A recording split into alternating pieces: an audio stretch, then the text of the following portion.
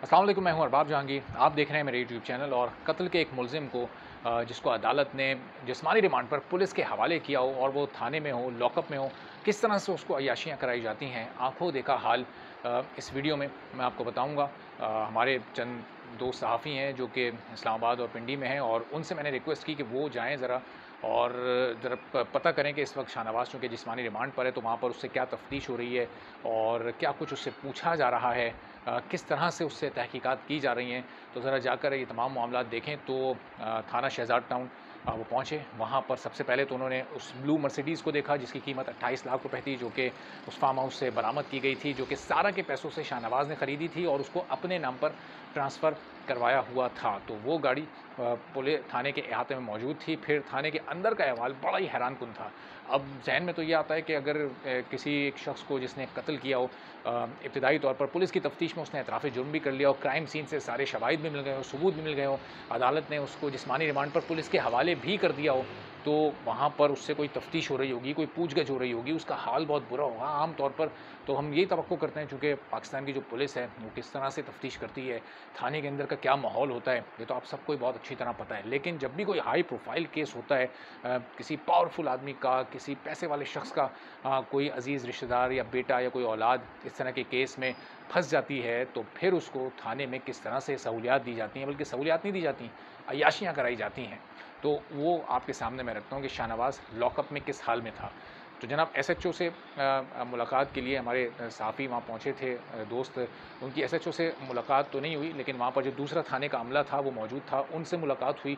और लॉकअप से उन्होंने जब शाहनवाज़ को देखा, शाहनवाज़ से बात करने की उन्होंने इजाज़त मांगी तो दी नहीं गई, लेकिन जो मंज़र उन्होंने देखा लॉकअप के अंदर, तो शाहनवाज़ के पास बिरयानी रखी हुई थी। अब थाने में जो खाना मिलता है वो बिरयानी नहीं मिलती, वो बड़ा सादा सा खाना होता है। बिरयानी के साथ जनाब, अच्छा, बिरयानी भी वो किसी प्लेट में नहीं थी, वो बॉक्स में थी। तो ज़ाहिर है आप समझ जाएँ कि किस तरह से प्रोटोकॉल दिया जा रहा है। और सिर्फ बिरयानी नहीं थी, पेप्सी भी वहाँ मौजूद थी। पेप्सी का केन वहाँ पर मौजूद था। तो अब थाने में खाने में पेप्सी तो नहीं मिलती, लेकिन शाहनवाज़ के पास पेप्सी भी मौजूद थी और शाहनवाज़ के पास कुछ फ्रूट्स भी मौजूद थे। थाना फ्रूट भी प्रोवाइड नहीं करता। थाने में जो खाना मिलता है वो बहुत सारे लोग जानते हैं, और वो बहुत ही उसका मयार ख़राब होता है, और वो इस तरह की चीज़ें नहीं होती। बिरयानी, कोल्ड ड्रिंक या फ्रूट वहाँ पर नहीं मिला करता। तो ये तमाम चीज़ें शाहनवाज़ को थाने में दी जा रही हैं। तो आप उससे खुद ही अंदाज़ा लगा सकते हैं कि किस तरह से इस केस की तफ्तीश आगे बढ़ रही होगी। जिस्मानी रिमांड पर जो मुलज़िम है उसका ये हाल है। अच्छा, लॉकअप में कोई उसके पास पूछगछ करने के लिए जितना टाइम हमारे दोस्त साफ़ी ने वहाँ उस थाने में गुज़ारा, उस दौरान कोई उसके पास नहीं गया, किसी ने उससे कोई सवाल नहीं पूछा। तो इसका मतलब कि पुलिस का कोई ख़ास इंटरेस्ट इस जिस्मानी रिमांड में है नहीं, या तो सारी तफ्तीश पुलिस पहले ही कर चुकी है। एक ख़बर आज ये भी आई थी, जिसकी तस्दीक होना अभी बाकी है, कि शाहनवाज़ के कब्ज़े से गैर कानूनी असला क्लाशनकोव की सूरत में बरामद हुआ है, लेकिन अभी तक इसकी तस्दीक नहीं हो सकी। जैसे इसकी तस्दीक हो जाएगी तो वो कहाँ से ख़रीदा गया, उसकी क्या डिटेल्स हैं, वो भी मैं आप तक पहुँचाऊँगा, लेकिन उससे पहले उसकी तस्दीक होना बड़ी ज़रूरी है। तो ये वहाँ की सूरत हाल थी। अच्छा, वहाँ से फिर फ़ारिग होकर जो हमारे साफ़ी दोस्त, उन्होंने उस फार्म हाउस की राह ली जहाँ पर ये सारा वाक़या हुआ था, जहाँ पर ये कत्ल हुआ था। जब वो उधर पहुँचे, क्योंकि वहाँ पहुँचना इसलिए ज़रूरी था कि आज अपडेट ये आई थी कि अयाज़ अमीर साहब को बरी कर दिया गया है, तो वो ज़ाहिर उस फार्म हाउस में होंगे। अब जब वहाँ हमने ऐसा माहौल देखा, उन्होंने, मेरे दोस्त ने, तो उन्होंने सोचा कि ये इस तरह का माहौल क्यों प्रोवाइड किया जा रहा है शाहनवाज़ को, कि अयाज़ अमीर साहब ने कहीं किसी से कुछ कह सुनकर ये तमाम सहूलियत दिलवाई हैं, या फिर पुलिस खुद से ही इतनी मेहरबान हो गई है कि एक कत्ल के मुलजिम को इस तरह से प्रोटोकॉल दे रही है, इस तरह से खाने पीने की चीज़ें फ़राहम की जा रही हैं, बिल्कुल वहाँ के मयार से हट कर, जो कि एक नॉर्मल रूटीन थाने का होता है। तो अयाज़ अमीर साहब से बात करने के लिए जो हमारे साफ़ी दोस्त पहुँचे, तो उनको दरवाज़े पर ही रोक लिया गया, क्योंकि फार्म हाउस का जो दरवाज़ा है उससे चंद 100 मीटर दूर वो फार्म हाउस अंदर है। क्योंकि फार्म हाउस आमतौर पर जो होते हैं उनकी बहुत बड़ी बाउंड्री होती है, उसमें फिर बहुत सारी क्यारियाँ और वहाँ बागात होते हैं, तो वो बिल्कुल उसी तरह का एक वसी और अरीज़ फार्म हाउस है।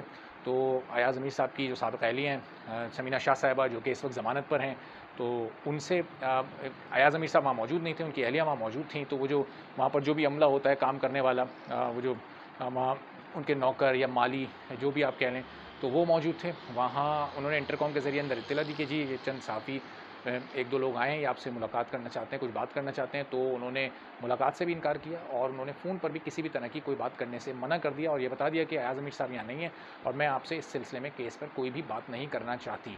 तो अब ये पता नहीं चल सका कि ये जो शाहनवाज़ को ये बिरयानी, पेप्सी और फ्रूट्स दिए जा रहे हैं, ये ये दिए जा रहे हैं तो ये किसी के कहने पर दिए जा रहे हैं, कहीं से किसी का कोई फ़ोन आया उसकी बुनियाद पर ये तमाम एहतमाम उसके लिए किया जा रहा है। बहरहाल ये भी इंशाअल्लाह चंद एक दिनों में खोज लगाकर आपको बताएँगे कि ये क्यों ऐसा हो रहा है, चूँकि जो दीगर कैदी जो एक आम आदमी होता है वो कोई जुर्म कर बैठता है और उसके साथ थाने में बिल्कुल इस तरह का सलूक नहीं होता। तो ये कानून एक बड़े आदमी के लिए और एक छोटे आदमी के लिए, एक मज़बूत आदमी के लिए और एक कमज़ोर आदमी के लिए अलग-अलग है, ये तो हम सभी जानते हैं, आपको भी बहुत अच्छी तरह से इल्म है।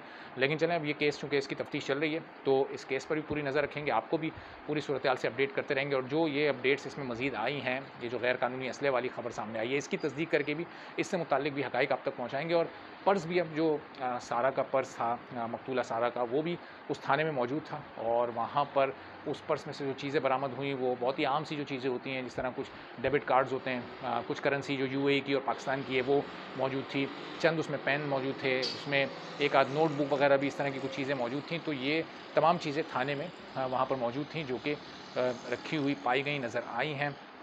अब इस केस की तफ्तीश किस तरह से आगे बढ़ती है, क्योंकि शाहनवाज़ का जिस्मानी रिमांड जो कि मज़ीद 3 रोज़ का दिया गया था वो भी अब ख़त्म हो रहा है। अगली समाअत पर क्या कार्रवाई होती है और पुलिस वहाँ पर शाहनवाज़ से हतमी जो बयान दिया गया वो पेश कर पाती है, नहीं कर पाती।